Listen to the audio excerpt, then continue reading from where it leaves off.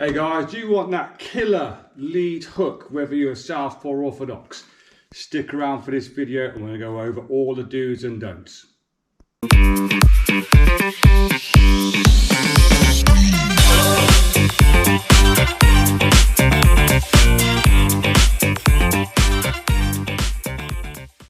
Your lead hook, guys, sometimes known as your three. Most coaches call it their three. There's your one, your two, and your three.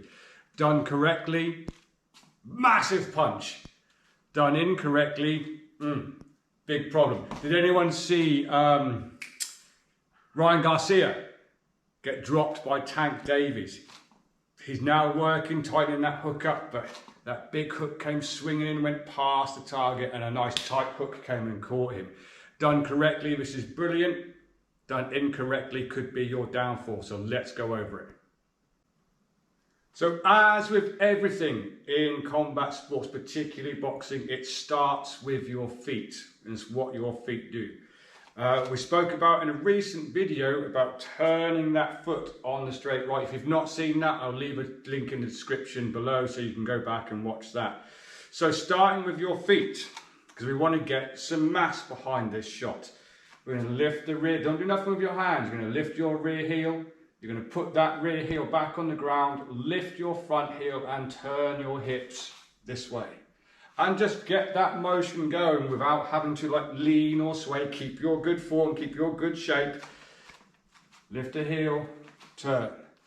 Lift the heel, turn.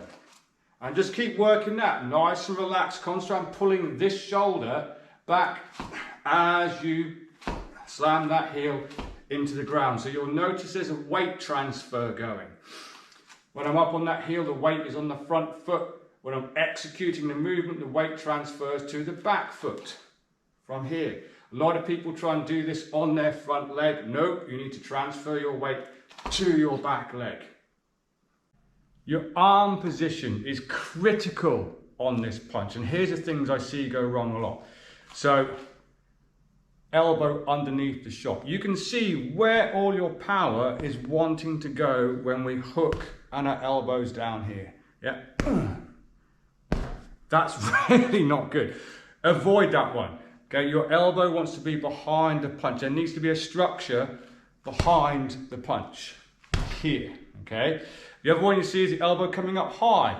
That's really gonna hurt. The most common one is elbow low though, here. So really take your time to focus on good rotations and elbow coming behind the shot. That's always going to be stronger on impact than that. You can see that, that's not going to work, but you'd be surprised how many people do it. Don't do it. Weak. Much stronger. Take your time, practice that, get that movement with that elbow and that structure behind the shot. Key number one. There's something else that we see go wrong massively, particularly in beginners, is we swing the punch, okay? So threes often follow twos and twos often follow threes. Mechanically, they set each other up. So we want to be doing that. So what we often see is the right hand come out, or left if you're a southpaw, and then this hand comes down here and swings round here. This is what I was talking about earlier. What Ryan Garcia done. Now, I'm not bad-mouthing Ryan Garcia. He might come and beat me up.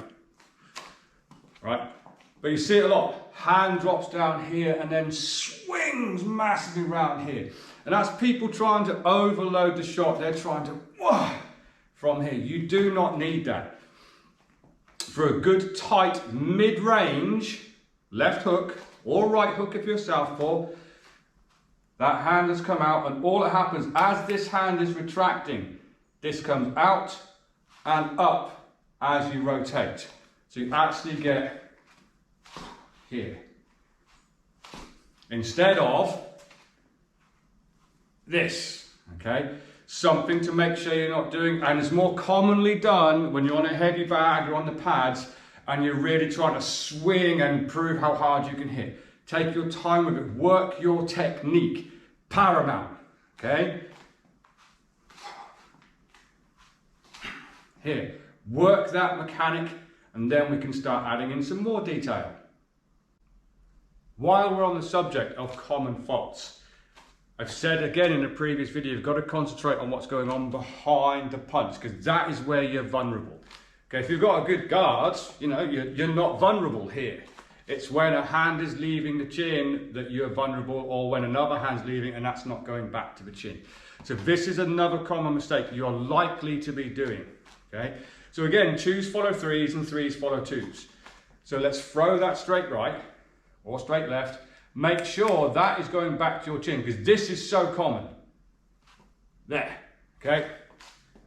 Because you're concentrating on that shot, this hand comes down here. This is where you hear the term, don't hook with a hooker, okay? And I mean that in a boxing term. You know, if we're both throwing our lead hooks at the same time, and I've done that, where's his hook going? Right there. Tweety pies again. Okay, so make sure you are practicing straight back, straight back, straight back. Another common fault, even when you're getting that hand back to your chin, is this. See if you can spot it.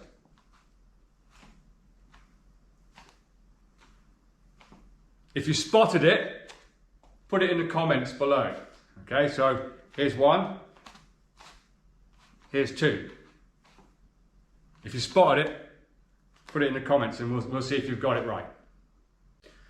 So another key element is people stand too tall when they do the hook. If you look, I've got a good toe heel line, okay, my knees are soft, my hands are up, my chin is down, my elbows are tight. But they throw a good straight right and they've lifted that heel, this knee is nice in line with the hip, but they stand tall when they do that hook. Because as they're pushing back, they straighten the leg and put the weight transfer on. Standing too tall, you're going to limit your power. You want to sit into this punch slightly. So from there, I'm going to sit into the shot. I'll do it a bit slower. I'm going to sit into the shot. Here, don't stand tall with it. Yeah, I'm not, my head's not coming up from that shot. My head's actually dropping slightly. So I'm dropping into the shot. So we've spoke about the rotations on the feet. One thing though, if you're watching this video and you're a Thai boxer, I do have a Thai boxing background as well. What I don't want you to do is turn that foot. Okay, so we spoke about this mostly. Don't do that, because you're going to get your leg wiped out when you turn here all day long. Okay. However, that does bring me to this point. It's not an argument. Some coaches will tell you, don't turn that foot. Some people will tell you, do turn that foot. I like to see beginners doing those good body mechanics. That way I can see that they are mechanically starting to rotate their body, because remember, speed times mass equals power. The more rotation I'm putting into that shot, the more power I have. The less rotation I have, the more I'm going to do this and get knocked out, okay? So Thai boxers, don't do that. Just keep your leg there. That does bring me to this point. Try both ways. You may find that you can still put the weight on that back foot without turning that foot. If you are beginning your journey, make sure you are turning that foot, dropping your weight onto your back foot, so your weight transferring, your elbow is behind your punch, you're not doing any silly stuff like this or like this. So you have good body mechanics, okay? Go practice. Another thing for you to think about is whether you're going to punch with your thumb up or your thumb towards you. I don't mind. In the mid-range, I don't mind if that's thumb towards you or thumb up, okay? So here's a close range hook, mid-range hook, long range hook. Now I turned my thumb away from me, towards me on the long range. And the reason for that, imagine if I have a boxing glove on. If I'm mid-range, here's my target, that's definitely a punch. If I'm long range, which a long range hook being here, okay? If I've got my thumb up, that's definitely a slap, okay? That's a slap, and that's a no-no in boxing. So if you're gonna do your long range hooks, make sure that thumb is towards you, okay? Long range hook, thumb is towards you.